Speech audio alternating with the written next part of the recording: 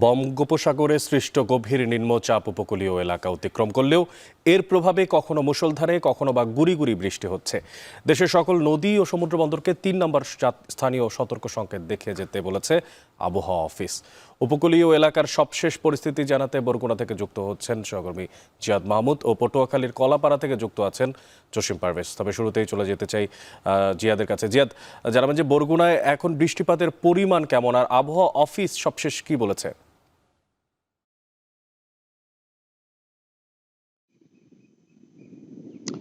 অনেক এখন কিন্তু মৃদু হাওয়া বইছে, বৃষ্টিপাত নেই।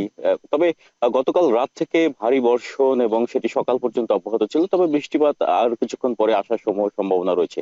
আপনাকে জানিয়ে রাখি যে বড় ধরনের প্রাকৃতিক দুর্যোগের হাত থেকে বেঁচে গেল এই যাত্রায় উপকূল। কেননা আজ মে মাসের শুরু থেকেই যে আবহাওয়া বিশ্লেষক যারা রয়েছেন তারা কিন্তু শঙ্কা করেছিলেন যে মে মাসের শেষের দিকে একটি বা দুটি ঘূর্ণিঝড় সৃষ্টি হতে পারে, এবং প্রতি বছরই দেখা যায় যে মে মাস আসলে উপকূলের মানুষজন তারা আতঙ্কে থাকে, উৎকণ্ঠায় থাকে, কারণ প্রতি বছরই মে মাসে একটার পর একটা প্রাকৃতিক দুর্যোগ লেগেই থাকে উপকূল জুড়ে। তবে এই মাসে যে মৌসুমী বায়ু সেটি সক্রিয় থাকার কারণে কিন্তু, এবং একই সাথে যে গত 27 মে এই লঘুচাপটি সৃষ্টি হয়েছিল বঙ্গোপসাগরে, সেটি কিন্তু খুব কাছাকাছি স্থানে হয়েছিল, যার কারণে কিন্তু এই লঘুচাপটি শক্তি সঞ্চার করার তেমন একটা সুযোগ পায়নি। এই কারণে ঘূর্ণিঝড় সৃষ্টি হয়নি। প্রথমে লঘুচাপ, তারপর সুস্পষ্ট লঘুচাপ এবং তারপরে নিম্নচাপ, এবং গতকাল আমরা দেখেছি যে এটি গভীর নিম্নচাপ হয়ে বিকাল 3টার দিকে খেপুপাড়া এবং সাগরদ্বীপের মধ্য থেকে উপকূল অতিক্রম করেছে।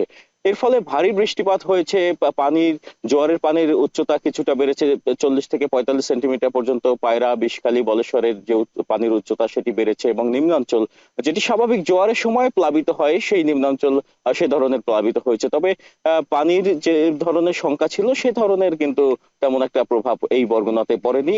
অন্যান্য স্থানে পড়লেও এখানে কিন্তু জীবনযাত্রা এখন কিছুটা স্বাভাবিক হয়েছে বলে আমরা দেখছি। তো একটি বিষয় জানিয়ে রাখি যে মৌসুমী বৃষ্টি বলয় সক্রিয় রয়েছে। এর কারণে কিন্তু আবহাওয়া অধিদপ্তরের যে তথ্য যে ভারী থেকে অতি ভারী বৃষ্টি চলমান থাকতে পারে আগামী দুদিন। এরপরে দুদিনের পরে মানে শনিবার, আগামীকাল থেকে কিংবা রবিবার থেকে কিন্তু এই বৃষ্টি বলয়ও কিছুটা স্থিমিত হবে, এবং বৃষ্টিপাত উপকূলে কিছুটা কমে আসবে বলে আবহাওয়া অধিদপ্তরের যে তথ্য সেটি কিন্তু বলছে। তবে বরগুনার সদরের দু একটি স্থানে গাছ পড়ে ঘরবাড়ি বিনষ্ট হওয়ার খবর কিন্তু আমরা পেয়েছি, কেননা রাত্র থেকে আমরা দেখেছিলাম যে কিছুটা বাতাস কিন্তু বেড়েছে। তবে একটি বিষয় এখানে স্থান ভেদে, যেমন কলাপাড়ায় যে সময় বাতাস বইছে, বরগুনায় কিন্তু সে সময় হয়নি, এবং স্থান ভেদে কিন্তু আমরা লক্ষ্য করেছিলাম যে বাতাসের প্রভাব এখানে উপকূল জুড়ে বিরাজ করছে। তো এখন বলা যায় যে আবহাওয়া পরিস্থিতি অনেকটাই শান্ত, এবং বৃষ্টি বলয় সক্রিয় থাকায় সেই বৃষ্টিপাতের সংখ্যা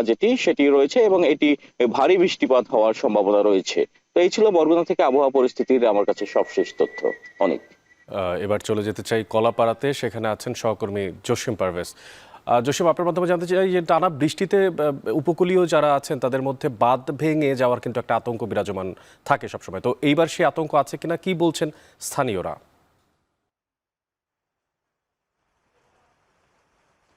আসলে গভীর নিম্নচাপটি যখন উপকূলীয় অঞ্চলের এই পটুয়াখালীর কলাপাড়া উপজেলার উপর থেকে যখন প্রবাহিত হচ্ছিল গতকাল, তখন কিন্তু প্রবল বেগে ঝড়ো হাওয়া বয়ে যায়।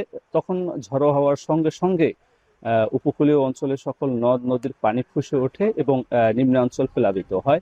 তো নিম্নাঞ্চল প্লাবিত হওয়ার সঙ্গে সঙ্গে কিন্তু মানুষের ভিতরে এক প্রকার আতঙ্ক সৃষ্টি হয়, কেননা জানেন যে এই দুর্যোগকে কেন্দ্র করে আবহাওয়া অধিদপ্তর এবং স্থানীয় প্রশাসন এবং সিটিপি কারোই কোনো প্রচারণা ছিল না।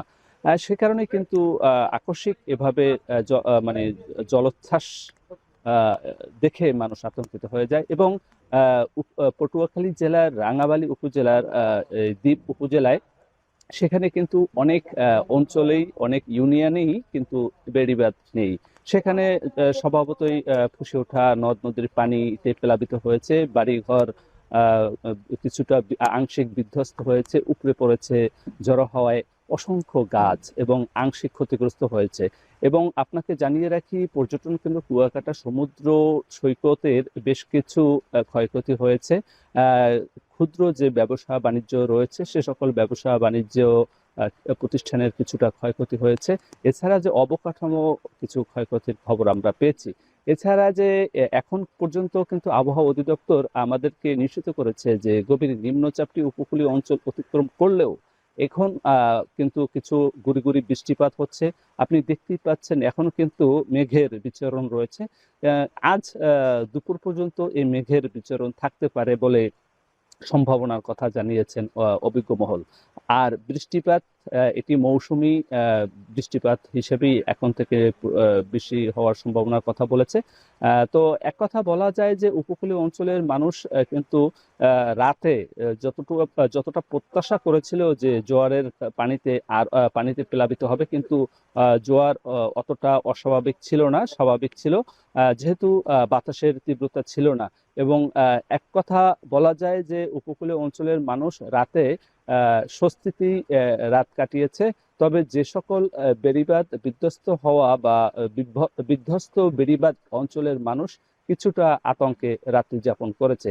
এখন যেহেতু ঝড়ো হাওয়া কমেছে, বৃষ্টিপাত গুড়ি গুড়ি বৃষ্টিপাত রয়েছে, মেঘেরও অস্তিত্ব দেখা যাচ্ছে।